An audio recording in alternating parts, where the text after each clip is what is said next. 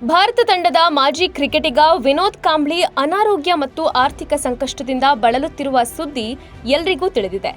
ಇದೀಗ ಕ್ರಿಕೆಟ್ ದಿಗ್ಗಜ ಸುನಿಲ್ ಗವಾಸ್ಕರ್ ಅವರ ಚಾಂಪ್ಸ್ ಫೌಂಡೇಶನ್ ನೆರವಿಗೆ ಧಾವಿಸಿದೆ.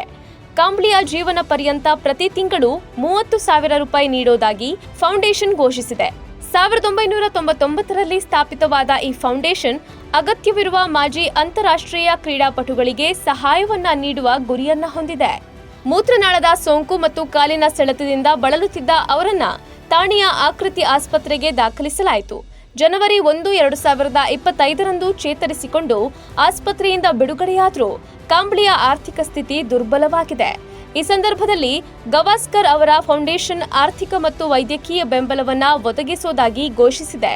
ವಿನೋದ್ ಕಾಂಬ್ಳಿ 1991ರಿಂದ 2000 ಇಸವಿಯವರೆಗೆ ಭಾರತ ತಂಡಕ್ಕಾಗಿ 17 ಟೆಸ್ಟ್ ಮತ್ತು 104 ಏಕದಿನ ಪಂದ್ಯಗಳನ್ನು ಆಡಿದ್ದಾರೆ.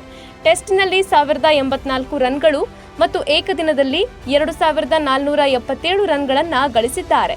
ಆದರೆ ಗಾಯಗಳು, ವೈಯಕ್ತಿಕ ಸಮಸ್ಯೆಗಳು ಮತ್ತು 2013ರಲ್ಲಿ 2 ಹೃದಯ ಶಸ್ತ್ರಚಿಕಿತ್ಸೆಗಳಿಂದಾಗಿ ಅವರ ವೃತ್ತಿಜೀವನ ಮತ್ತು ಆರೋಗ್ಯ ಹದಗೆಟ್ಟಿತು.